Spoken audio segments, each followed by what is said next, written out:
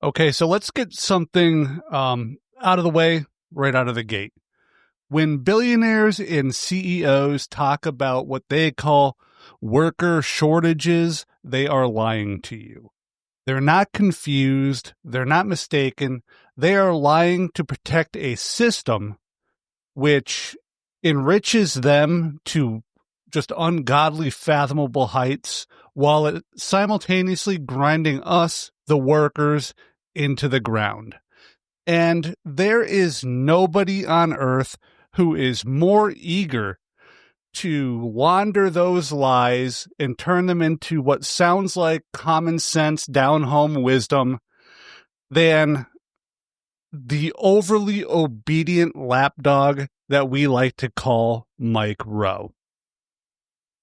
He is always there. He's always ready. He's always eager to please. Like, I don't know, like a golden retriever, just ready to do anything that these people want. And he has a podcast and a Fox News hall pass to boot. Okay, so about 10 days ago, Mike Rowe dropped an interview with the Ford CEO, Jim Farley. It was released, of course, via Fox News Channel. Now, Farley, unsurprising for a man who runs a massive global multi-billion-dollar corporation, he's anti-worker, anti-union, anti-working class. And let me just say that I never thought that I'd end up at any point criticizing a member of Chris Farley's extended family. Chris Farley, the great comedic actor, he brought so much joy into my life, and may he rest in peace. And now here I am about to drag his cousin for people to watch for information and entertainment. So rest in peace, Chris Farley. Your cousin kind of sucks. So anyway, during the interview, Farley claimed that Ford service centers are short 5,000 workers and have 6,000 empty bays nationwide in their dealership service centers. This, he insists, is despite the jobs offering, in his words, a clear path to a six-figure career, and with a tantalizing $120,000 salary dangled in front of prospective applicants. Rowe then jumped to Facebook to announce the interview and to argue that the reason that workers aren't lining up at Ford and wrapped around the corners waiting to get a job there, that it has nothing to do with wages or working conditions or benefits. Because, of course, Mike Rowe would do that, right? He would uncritically just parrot the entire, Farley CEO shtick and really of whatever CEO happens to whisper in his ear that weekend. And that's not even getting into the fact that Farley's 5,000 open jobs claim is widely viewed as either wildly exaggerated or possibly total nonsense. Now, I don't have access to Ford's HR files, but I do know several mechanics, a few of you who actually worked for Ford. And every single one of them laughed when I showed them these quotes. But setting Farley's potential fiction, aka potential lies, to the side, I want to focus on Rowe's most persistent bit of propaganda here. On Facebook, he writes, and I'm just going to read the most relevant part, but I'll leave the whole thing up here on screen so you can get full context if you want to read the whole thing. It says, I just had a great conversation with Jim Farley, the CEO of Ford Motor Company, which will air Sunday night at 10 p.m. on One Nation. That's Kilmeade's show on Fox. Of course, it's on Fox. Jim told me that as of yesterday morning, Ford service departments around the country had 6,000 empty bays, not because people's cars and trucks didn't need fixing, but because the shortage of technicians has become that profound. Ford is not alone. Every single automotive company in America is struggling to hire technicians, and the problem, parenthetically now, in spite of what you'll likely read in the comments, and parenthetical, has nothing to do with the pay, the benefits, or the working conditions. These jobs offer a clear path to a six-figure career with little to no college debt. So it's this last part. The CEO C-suite mantra nonsense that deserves a little bit of scrutiny here. It's the conservative nobody wants to work anymore lie, regurgitated by buffoonish, sycophantic, goober-brain lick-spittles like Mike Rowe. That little parenthetical, in spite of what you'll likely read in the comments, is what really kills me, right? The smugness, the faux omniscience, the implication that he alone knows the hard truth and the rest of us are just too weak or too dumb to understand it. And listen, I've been in Mike Rowe's comments, right, on Facebook, and you are not bravely confronting criticism anywhere in there. That you're preemptively, with this statement, dismissing any worker who dares point out the obvious that wages, benefits, and working conditions really truly matter. They are the problem with jobs at Ford.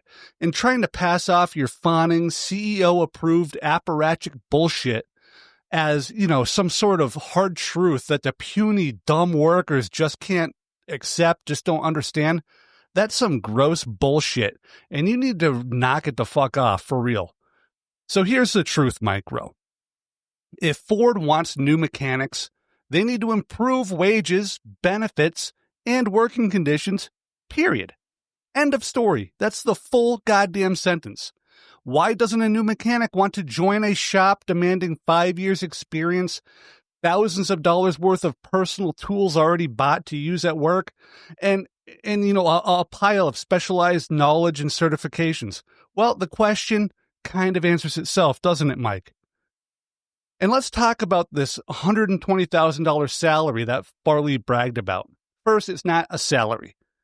Maybe he misspoke. Maybe he's full of it. Maybe he lied on purpose, but it's not a salary. And it's not even like really a wage in the normal way that most people think about it, like getting paid so much per hour. He's talking about what they call flat rate pay. Here's how flat rate works, okay? When a car comes into a shop for like a radiator replacement, and please forgive me, actual mechanics out there. I don't know, the book prices and how long everything takes. I'm just going to use this as an example, okay? So the book says, hey, that's a 2-hour job. It should take you 2 hours to replace the radiator in that car. So that's what the mechanic gets paid, 2 hours. If he finishes in 2 hours, great, right? If he finishes in 1 hour, even better. He just cut his time in half, got paid for 2 hours. But if something goes wrong and that job takes 3 hours, he eats the extra hour of labor. He only gets paid for the 2 hours. And if the job turns into a total disaster and it takes 6-8 hours to do what should have been a simple job, still 2 hours of pay. And I've talked to actual human beings who worked as techs in dealerships who lived these nightmares, and that's why they don't work there anymore. It is about pay. It is about work conditions. So, like when Farley throws this number out there, okay, like in theory, someone could hit 120 grand a year working at Ford, but only at the top rate, and only if they spend an entire year working every day, getting good jobs in their bay, and nothing ever goes wrong once. That's not a career path. That's not a path to a certain amount of money. That's a fantasy scenario cooked up by a CEO and handed down to an unquestioning celebrity goofball who then passes it along like it was the very gospel of Christ, like delivered from on high, right? From God himself. And truth be told, right, I don't have direct knowledge of Ford tech salaries beyond what I could find online, right? But nobody is working into a Ford shop and immediately making 120 grand. The two Ford techs that I actually spoke with, they said that they topped out around $75,000 at their highest pay rate or their highest year when they worked for Ford. Google puts the average Ford tech at $65,000. The highest anyone that I read anything from who put what they thought was a realistic number on this, they said that you could maybe hit 85, 90,000, and that's only if you have a pretty flawless year. The best of those numbers, the very best, 85 to 90,000, that makes Farley's $120,000 claim even more farcical. It's Farley's farce. And remember, this comes with massive tool debt as well. Techs are required to own their own tools, and the professional grade brands like Mac and Snap-on, they're absurdly expensive. Every mechanic I've talked to, where I work, we have like heavy truck mechanics, and I've talked to like a few auto mechanics as well, right? Like 2 people who work for Ford and a few who worked for other dealerships and independent shops. And every single one of them has made some sort of joke about the price of Snap-on and Mac and how, their children are going to be paying off the Snap-on man long after they pass away. Or just how much they hate the Mac guy when he comes around, but they're stuck buying from him. Even seasoned veterans with full toolboxes, full of every tool that you could possibly need, they still complain about the constant upkeep and replacement costs. And when you have to buy a new tool because, some company put some weird bolt on some weird part that you have to change once in a while. So, when the replacement costs and the upkeep costs are that high, that's not even bringing into account like the upfront investment just to get in the door of a real mechanic shop. And so you expect someone to shoulder all of that to start working somewhere for $40,000, $50,000, Mike Rowe. Right? And you haven't even touched trade school debt yet. Sure, it's cheaper than a 4-year college, absolutely, but it's still debt. I went to a school to get a CDL. I went 2 different ones to get a Class B and a Class A. I had debt afterwards. It actually mattered to me. Trade schools have only gotten more expensive since I went. This debt actually does matter, even if it's not as much as a 4-year trade school or a 4-year regular college. And listen, as much as I actually genuinely respect you helping people attend trade schools with your scholarships, and I truly do, not everybody will get one. And it's not just because it's unfeasible or because people out there are unmotivated and aren't going to show up, but also because goober losers like yourself will deny scholarships to driven young people who want to get into the trades, but they don't want to sign your childish, mawkish, flaccidly prosaic sweat pledge, so you deny them the money. Is it within your rights to do so? Absolutely. Does it also make you a dick? Also, yes. So, when you talk about this path to 120 grand. You say it has nothing to do with wages, nothing to do with benefits, nothing to do with working conditions. You can just get the fuck out of here with that nonsense, Mike. Nobody wants to hear it. And you know what? Let's talk about work conditions. Let's look at it from, I guess, sort of a high level, because according to everything that I've read about Ford and other dealerships, to be honest with you, dealerships environments in the shops, they vary pretty wildly. Some are better than others, but I did not see a single one described as great. Not a single one. Not a single Ford tech online actually seems happy with where they work. And let's talk about the stress. Dealing with managers, chasing approvals for repairs, fighting through layers of bureaucratic bullshit that all these techs talk about just to get permission to fix a problem that you diagnosed and knew about and wanted to fix moments after you start the car. All of that time, all of that effort is eating into your already meager flat rate pay. So let's talk about the physical toll of doing this job. Bad feet, bad knees, bad hips, chewed up fingers and knuckles, chronic back pain, long hours, cold concrete floors, fumes, chemicals, repetitive motion injuries. And I haven't even mentioned the universal hatred that mechanics seem to have for new cars. Their design, their build, everything. It's not just the computers that a lot of people talk about. It's the physical design of the cars themselves. This is something that Farley does, right? He's the CEO of the company. He okays all this stuff to go on. Cars keep getting harder to work on according to the people who work on them. Engine compartments are nightmares. Undercarriages are packed tighter and tighter. Mechanics hate that the simple, infuriating fact that half the time you can't even get a tool onto the bolt you need to get it on, let alone actually removing that part and replacing it. Multiple techs complained about how Ford makes up, or I guess they devise the cost that the book price, I guess, for warranty work, which is the pay rate for the techs, right?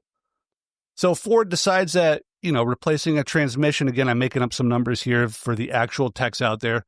They say that replacing a transmission takes 4 hours. But when techs find that it routinely takes 5 or 6, then, hey, that's tough shit for the tech, right? They just eat those extra hours and they make less money. And these decisions, choices made under Farley's leadership as CEO, they create the exact problems that he now pretends to be baffled by. Now we layer on another issue. Flat rate pay means that somebody has to hand out those jobs, right? The good jobs and the bad jobs. Who gets the 2-hour book repair that always seems to take 1 hour? Who gets the easy money, right? Is it the boss's favorite, the guy he plays pool with on the weekends, or is it the guy that maybe he butts heads with a little bit? Does that guy, does the guy he plays pool with, does he rack up 8 of those a day and get 16 hours of pay?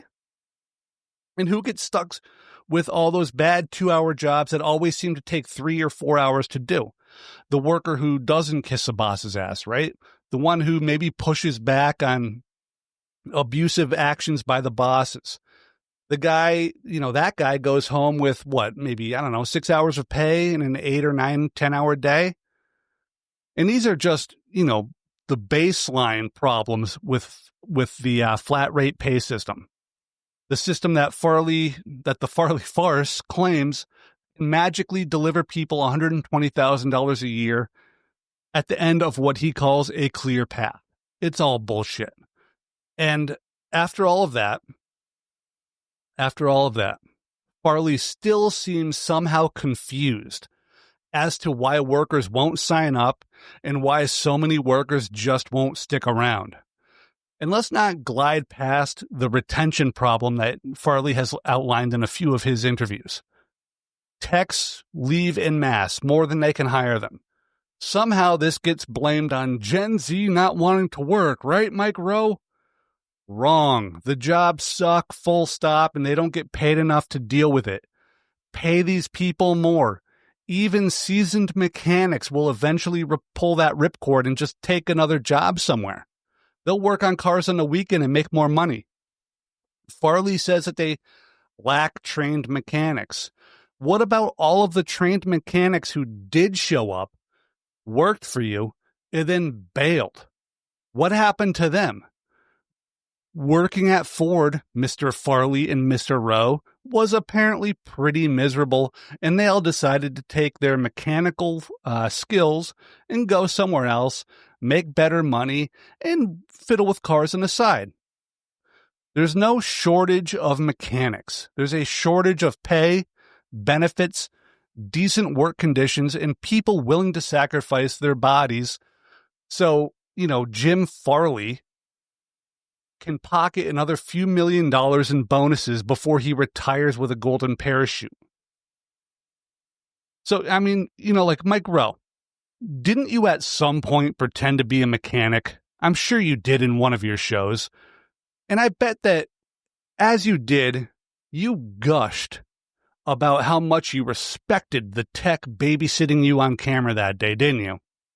I guarantee it that you did. Yet here you are now, taking the CEO's side, as you always do, like the most timid, little cowardly dork imaginable. You should be ashamed of yourself, but you won't be. Why not? Because that Ford tech with arthritis, burn scars, and 2 blown knees, she doesn't pay your salary, does she? Men and women like Farley do. CEOs do. Millionaires and billionaires do. So you repeat whatever Farley feeds you like the trained chimp that you've chosen to be. I don't want this to drag on forever. So let me just hit one last point. What you'll notice in Rowe's posts and his interviews is that he always frames the world from the CEO's perspective. To him, Ford doesn't need to raise the pay. They don't need to improve conditions. They don't need to give better benefits. Ford doesn't need to train or upskill already hired workers. Ford doesn't need to fix a damn thing, right? Remember that parenthetical? Despite what you'll hear in the comments, this has nothing to do with wages, benefits, or work conditions. To Mike Rowe, the goofball that he is, workers must fix it. It's on the workers because there's nothing wrong at Ford. To Farley and Rowe, the thing that needs fixing is the working class. But if Ford truly faced a shortage of new techs, they could train people. My trucking company does it, right? When we don't have enough drivers coming in, we train dock workers to drive. They promote from within and they give the training. They upskill people. It actually works. Where is Ford in all this? Why isn't Farley being pressed to create apprenticeships, like a true pipeline to get people from trade schools into bays making good money? Where is it? Where's the structured training? That development pipeline that they need. They say that they tossed a few $1 million at trade schools. Okay, sure. But that's window dressing if you don't, get those people into your shops with good pay, good benefits, and better conditions. They don't actually want to train and create an army of hyper-trained new techs to make $120,000 a year. Far from it. What Farley really wants is a fresh crop of mechanics burdened with trade school debt and thousands in tool debt, people he can hire cheap, refuse to train, refuse to upskill, refuse to give raises to, and that he can, treat as disposable. He wants the next batch of sweat pledge signing Mike Rowe dorks who don't know any better, who will swallow low pay, lousy benefits, and grueling conditions because the celebrity who claimed to champion them never actually did. And, to me, that's a goddamn shame. So let me briefly bring this back to the industry that I actually work in, trucking. I drive an 18-wheeler for a living. And in a lot of ways, the conservative talking head narrative surrounding trucking is identical to what Farley and Rowe are talking about here with the Ford techs, right? What Farley told to Rowe, then Rowe repeated uncritically to his robot parasocial followers. The CEOs claim that there's a driver shortage in this country when it comes to trucking, that there are thousands of open positions and nobody wants them. Nobody wants to do the job. Does that sound familiar to what Mike Rowe said? Of course it does. Then they trot out people like Mike Rowe, right? Slavishly stupid megaphones for corporate propaganda. And they tell us, they tell us through the media that nobody wants these jobs. And parenthetically, despite what you'll read in the comments, the problem isn't wages, benefits, or working conditions. But here's the truth. There is no shortage of drivers in this country. Every single year, more CDL licenses are issued than there are open long-haul driving jobs. That's a real fact. Every single year, there are more new CDLs issued than there are open driving jobs in this country.